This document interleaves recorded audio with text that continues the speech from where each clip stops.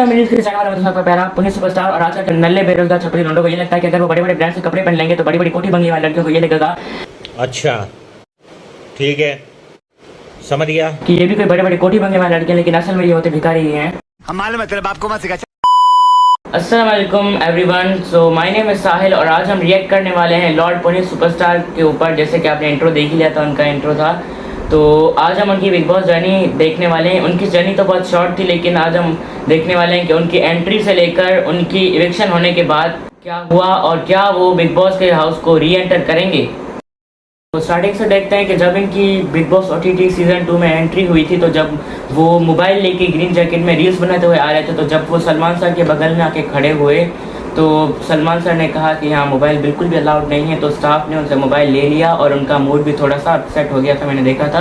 तो फिर बाद में उनसे हालचाल पूछे गए, फिर उनको जनता की तरफ से उनका वोट दिखाया गया, तो उनको सेकंड रैंक मिली थी, जनता की तरफ से सेकंड रैंक मिली थी। तो बाद में उन्होंने एक सामने पैनल बैठाया हुआ था, जिसको मैं नकली पैनल कहूँगा, क्योंकि उन्होंने फुकरा इंसान जो एक यूट्यूबर है, मेरे भी वो पर्सनल फेवरेट यूट्यूबर हैं, मैं भी उनको फॉलो करता हूँ, उनको फर्स्ट रैंक से तकरीबन 7th रैंक पे आके रख दिया गया था जिया शंकर के साथ, जो दूसरे कंटेस्टेंट थी, और दोनों को 75,000 दोनों का मिला के बना था।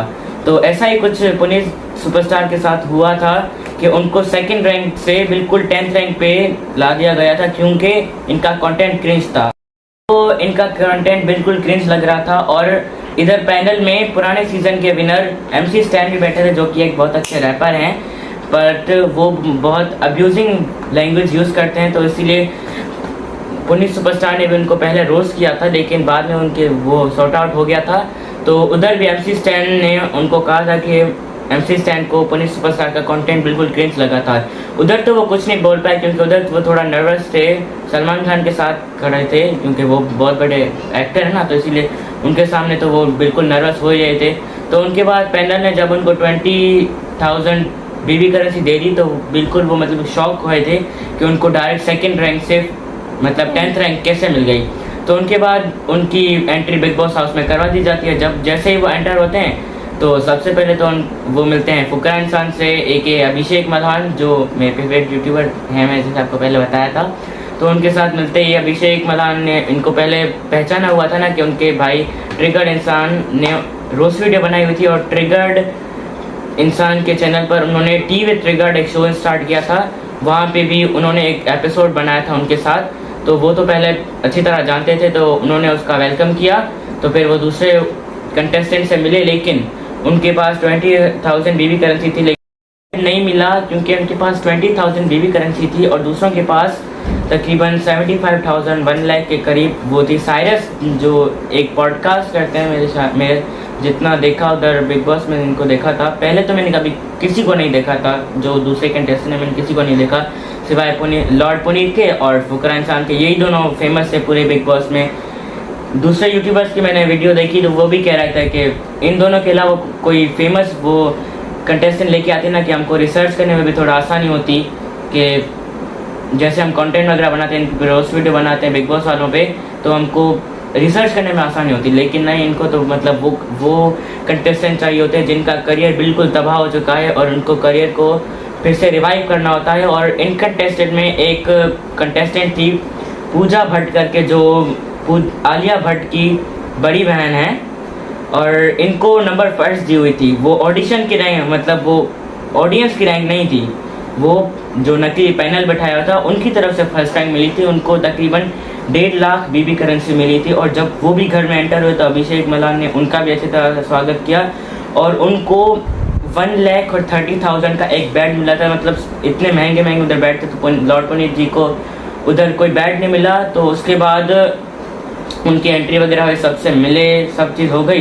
फिर उसी दिन या बाद में कपड़े वगैरह चेंज करके उनको मतलब गुस्सा आ गया कि उनको सेकंड रैंक से 10th रैंक पे ला के छोड़ दिया गया। तो वो मतलब कैमरा के सामने आके चीखें करने लगे कि उनको सेकंड रैंक वापस दिला दो, नहीं तो वो TRP गिरा देंगे। और ये सच बात है, क्योंकि जब लॉर्ड पुनीत की एंट्री हुई थी जियो सिनेमा में, ये big boss OTT season 2 live चल रहा था, तो उनकी रेटिंग थी तकरीबन 4.9 या 5 स्टार थी, इनके करीब थी।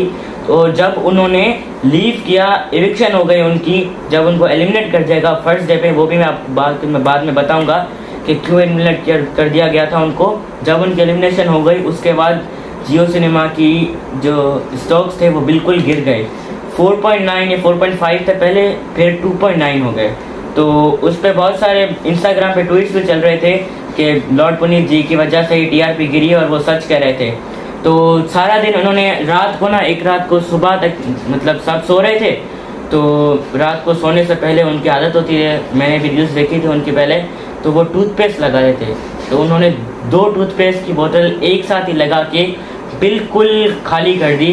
तो बाद में अविनाश, एक टीवी एक्टर है जिनको मैं पहले नहीं जानता, अभी नाम है, उधर कंटेस्टेंट हैं, उन्होंने उनको देखा और बाद में वो बेबिका और दूसरे कंटेस्टेंट को बताने गए कि ये टूथपेस्ट लगा रहा है, फिर बाद में वो भी देखने आए इनको।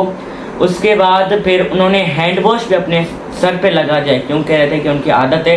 उसके बाद वो जाके सो गए और दूसरे दिन वो सारा दिन सबको परेशान करते रहे। उधर रूल था कि कैमरा और बिग बॉस की प्रॉपर्टी को हाथ नहीं लगाना, लेकिन उन्होंने किसी की ना सुनी और कैमरा को हाथ लगाते रहे, सबके साथ बदतमीजी, मतलब एज अपना कंटेंट समझते रहे। इनका वो बिहेवियर बिल्कुल बदतमीजी लग रही थी बिल्कुल, क्योंकि वो बिल्कुल एबनॉर्मल की तरह रिएक्ट कर रहे थे उनके लिए।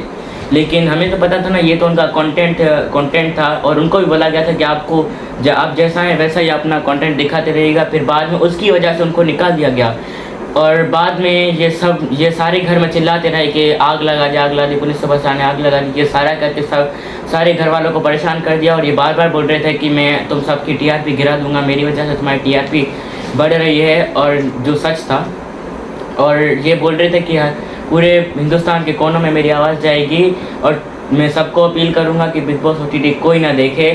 तो मुझे कहीं हद तक ये बात सच लगी, क्योंकि जिस तरह मैंने आपको पहले बताया कि रेटिंग गिर गई थी, तो ये भी लॉर्ड पुनीत की वजह से ही हुई थी। और जैसे ही लॉर्ड पुनीत घर से निकले, तो उसके बाद उन सब ने, और सलमान खान सर ने भी और बिग बॉस ने भी निश्चय मलान के भाई अभिषेक मलान AKA फुकरा इंसान को भी टारगेट करना स्टार्ट कर दिया था।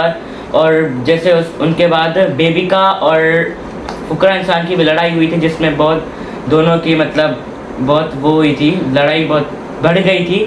तो बाद में जब वीकेंड का वार एपिसोड आया था, तो सलमान सर ने बेबिका को प्रेस करते हुए फुकरा इंसान को मतलब इधर उधर बोल दिया था कुछ।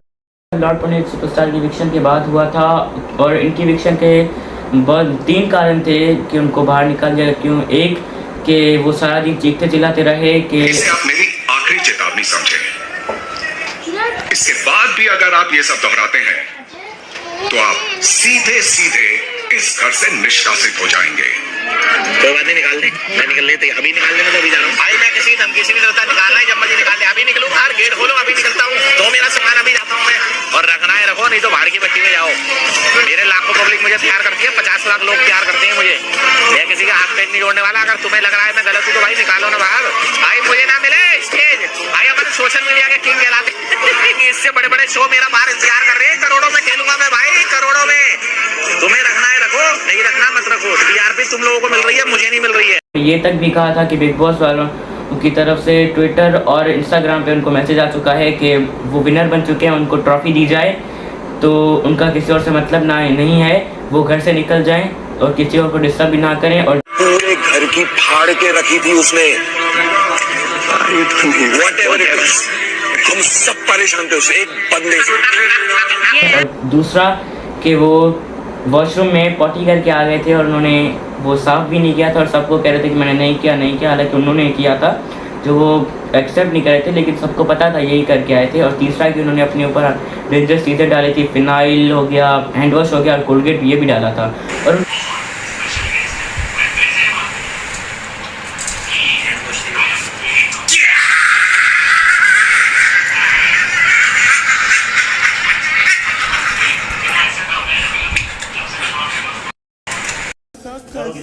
One, two, three. और उनकी इविक्शन के बाद पब्लिक इनको बहुत सपोर्ट करने लगी कि उनको बिना रीज़न के इविक्ट कर दिया गया। और ये सच था, कि इन सब में कंटेस्टेंट में ये दो ही थे जो सोशल इन्फ्लुएंसर थे, दोनों यूट्यूबर भी हैं, और जो लॉर्ड पुनीत सर हैं वो इंस्टाग्राम इन्फ्लुएंसर हैं। तो उनसे ये देखा नहीं गया कि उनके बीच एक दो फेमस बंदे बैठे हैं, तो उनसे वो रेजिस्ट नहीं हुआ, तो उन्होंने उसको पहले लॉर्ड पुनीत सर को निकाल दिया, और अभी वो फुकरा इंसान अभिषेक मलान को टारगेट कर रहे हैं कि नेक्स्ट उनको निकालें, और सलमान खान ने भी उनको ही टारगेट किया था।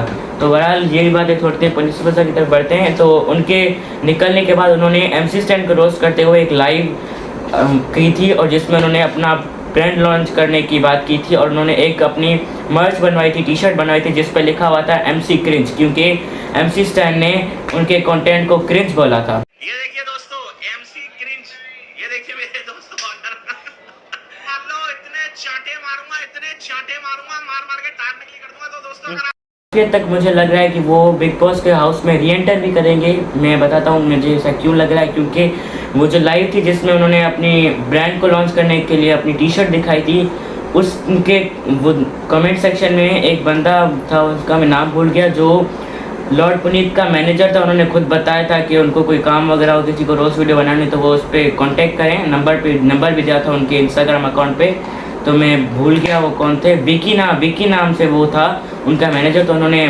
मैसेज किया था कि टेंशन मत लो, मंडे और ट्यूसडे को आपको पुनीत सुपरस्टार बिग बॉस के हाउस में मिलेगा आपके सपोर्ट से। तो ये देखकर काफ़ी हद तक मुझे लग रहा है कि वो रीएंटर करेंगे, और रीएंटर करना उनका मस्ट भी है मुझे लगता है, क्योंकि ऑडियंस इनको बहुत सपोर्ट कर रही है, क्योंकि बिग बॉस वालों की TRP भी इनकी वजह से गिर चुकी है। तो ये इनको अगर वापस लाएंगे तो इनकी TRP फिर से बढ़ेगी। तो वो वापस आते हैं या नहीं वो तो हम बाद में देखेंगे। तो अभी तक के लिए यही मेरी वीडियो, तो थैंक्स फॉर वॉचिंग। अच्छा तो उससे मेरा क्या फायदा।